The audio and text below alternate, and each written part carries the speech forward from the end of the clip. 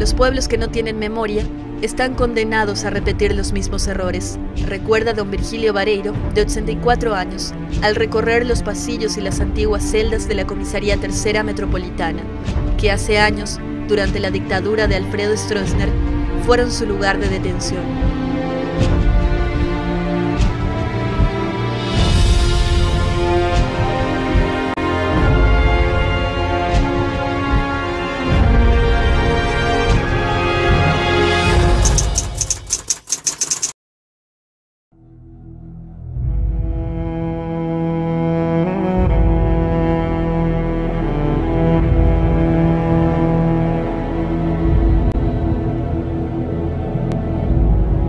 Fue detenido en julio de 1964.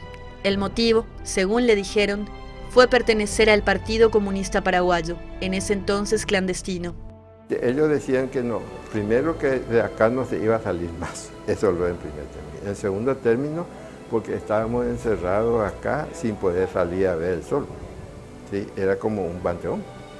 Y esta pieza, cuando eso estaba doblemente enrejado. Solamente mejoró las condiciones cuando después de como de 15 años, 16 años de prisión de los más antiguos que estaban acá en esta celda, ¿qué es lo que pasó? Que hubo una muy fuerte presión internacional porque vinieron acá diputados, senadores y periodistas extranjeros, y eso hizo que modificara un poco y mejorara en alguna medida las condiciones en que ellos estaban acá.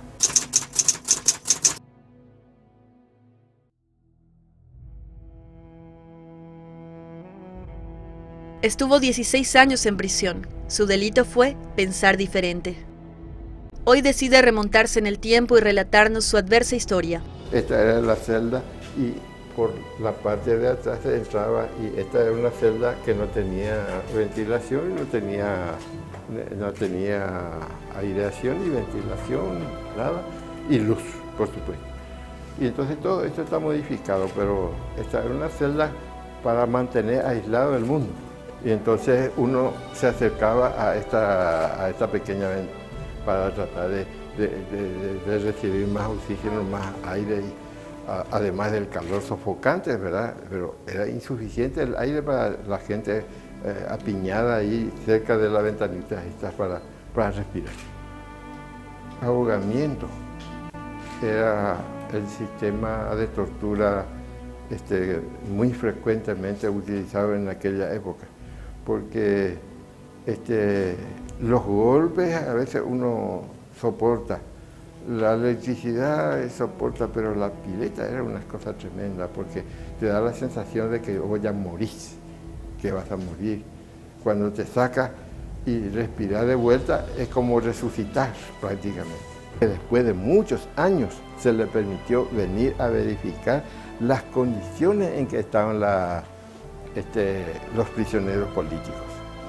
Y ellos consiguieron a medias mejora. Entre ellos permitieron que entre material de lectura y se le trajo una Biblia.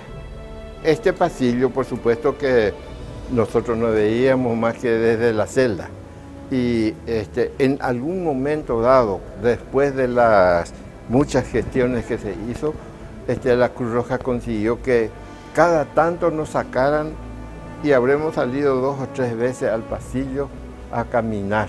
Pero se tomaron medidas como para las visitas, por ejemplo, en horas de las 2, de las 3 de la tarde, por ejemplo, allá en la séptima, para que no pudiesen nuestros hijos venir a visitarnos porque ellos tenían que ir a la escuela.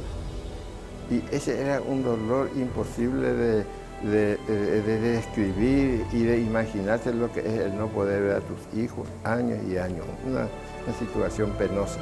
En cierta oportunidad me pusieron en la alternativa de que para recibir visita vas a recibir a tu esposa o a tu madre, a cuál quieres recibir. Y cómo uno se decide en ese momento, no quiero ver a mi madre, quiero ver a mi esposa, o bien voy a ver a mi esposa y no voy a ver a mi madre. Imagínese usted que le pongan en esa disyuntiva de tener que decidirse si le vas a ver a tu esposa o a tu... Mi esposa que fuera al día siguiente a ver al ministro del Interior Montanaro, y entonces él le dijo, su marido está libre, pero no puede salir de la casa. Pero mi esposo está enfermo, le dijo, porque yo realmente había enfermado en los últimos tiempos, enfermo de la mente, ¿sí? ¿Entiendes? Una vez había un oficial y era bueno y él leía, le prestaba el diario a uno de nuestros compañeros. Y lo denunciaron, lo sacaron y le mandaron preso. Lo mandaron preso. Y le encadenaron en la comisaría primera. Y ahí se encadenaba al piso. ¿Sí? Había un hierro y por ese hierro unos hierros que ponía una especie de cadena por el piso.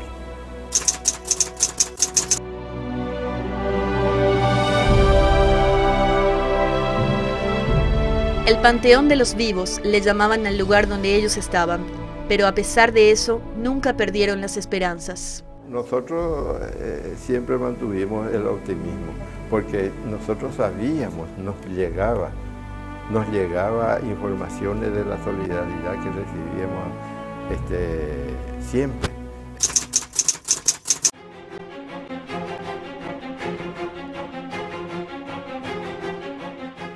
Las formas de tortura que más lo lastimaron no fueron precisamente las físicas.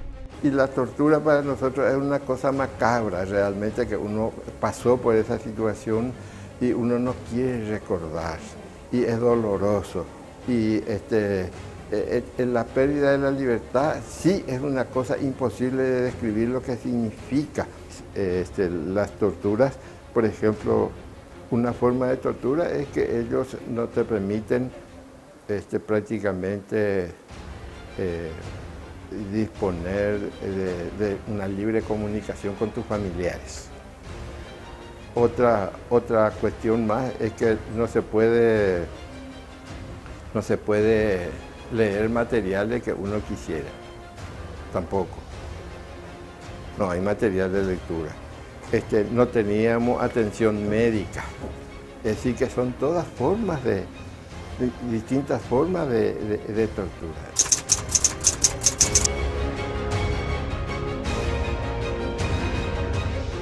Don Virgilio insiste a las nuevas generaciones en que esto no debe ser visto solo como una historia lejana y sueña con que la sociedad paraguaya conserve en la memoria lo ocurrido para que nunca más vuelva a repetirse. Que la gente tome en conciencia de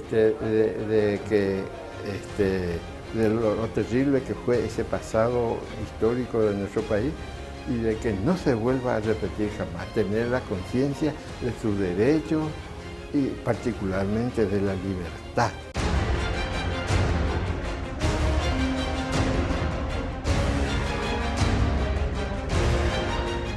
Las dictaduras adormecen la mente de los pueblos, inundan de temor y estrechan el pensamiento hasta que los ciudadanos se convencen de que es realmente peligroso pensar un poco más allá de los límites impuestos por el régimen.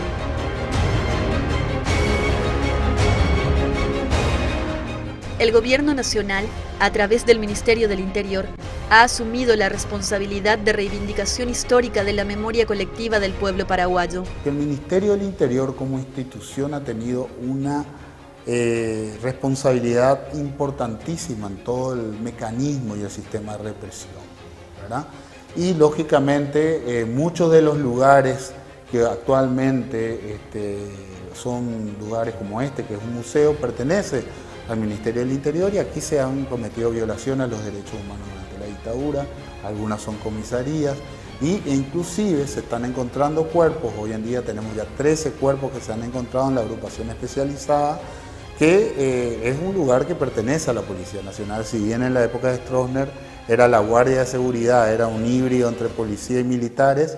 Hoy en día ese predio pertenece a la Policía Nacional y ahí se están llevando adelante excavaciones y probablemente en un futuro no muy lejano se hagan excavaciones en otras dependencias de la Policía Nacional. Muchos de los conflictos sociales que hoy tenemos son consecuencias de lo que instaló la dictadura, ¿verdad? De las tierras mal habidas, de las reparticiones, la corrupción, un montón de cuestiones. Entonces yo creo que pelear por un país mejor, pelear por un país que avance hacia el futuro indefectiblemente debe hacer que tengamos conciencia de lo que fue esa época y tratar de superar las cuestiones negativas que hasta ahora venimos arrastrando en algunos casos. Los hechos que pasaron deben mantenerse en la memoria histórica, no con rencor, sino con alerta, para que las dictaduras nunca más irrumpan en la sociedad paraguaya.